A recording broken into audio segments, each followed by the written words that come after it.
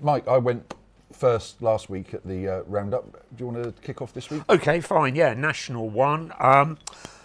Well, Coventry just march on. Another win. We say it every week. It's getting well. It's not boring for them, but they beat Cambridge 40 points to 7. So they Cool, stay convincing.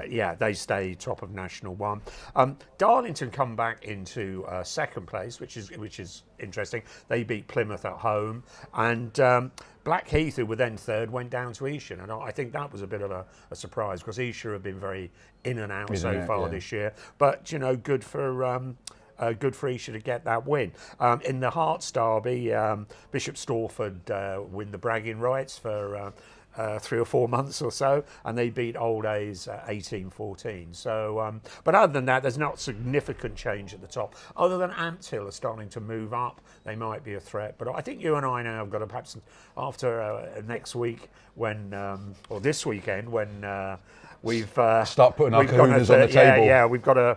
I think we've got to take a few chances. Now, every week we mention Coventry, but in National 2 North, I think their West Midland neighbours, Stourbridge, have done really well. 9 games, 9 wins, maximum points from every game, and they were again successful on Saturday. They won 33 points. Sorry, a 33 points win over Sedgley Park, who were third.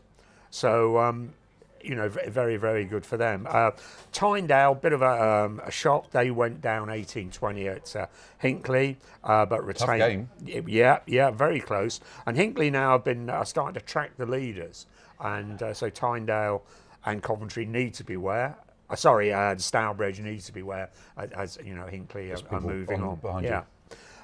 National 2 South, well, not much change at the top there, but the two sides were actually run very, very close. Taunton were away to Clifton, and they retained top spot by virtue of winning that match, 43-33. It was a high tempo game, 12 tries, so entertaining, and Taunton just managed to pip them. But quite an extraordinary game over at Thame, where Chinner scored 2 tries in 8 minutes against lowly Old Reds, and then Reds came back at them. And although Chinner won the game at the end 42-27, Reds scored 5 tries and still lost.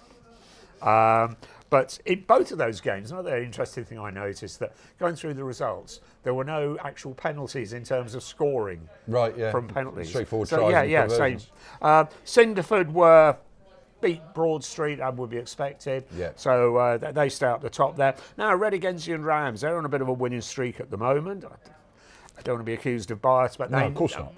It could be the kiss of death. But they now move into 4th place, having beaten Barnstable at the weekend 33-10. Regional leagues, not much change there. Guernsey stay at the top of London the South East, Tring second, and Barnes third, Hertford fourth. They all won and retain those positions, but very, very close, just sort of a couple of points separating the teams. Midlands, but another West Midlands side actually, Birmingham, Solihull, they remain unbeaten, 55 points to 7 win over Newbold.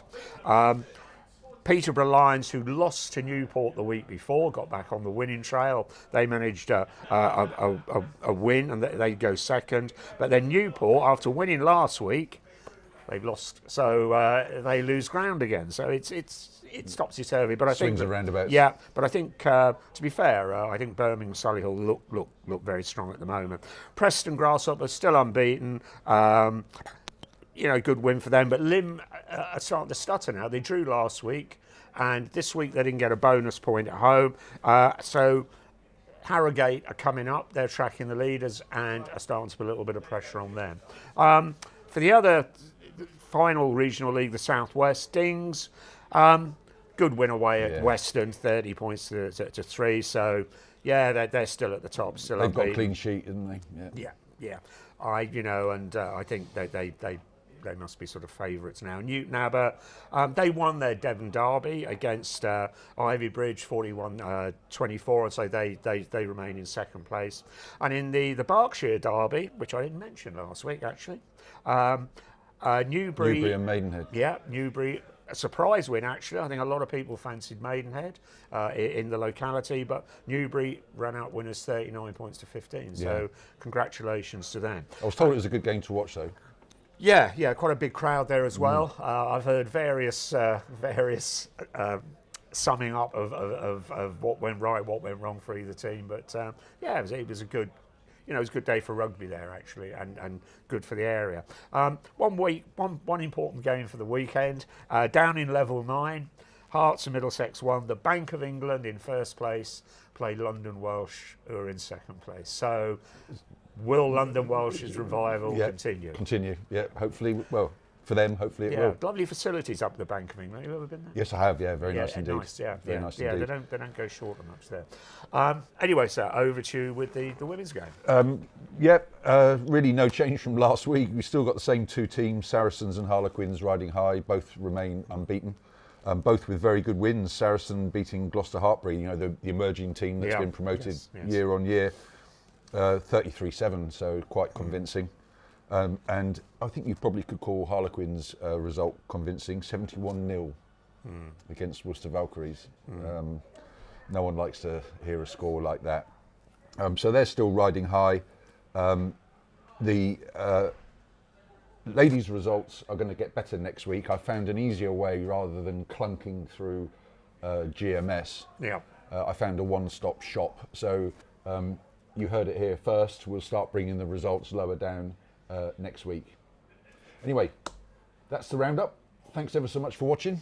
Enjoy your rugby this weekend, wherever you go. Make sure it's a special day to watch your local club. Cheers.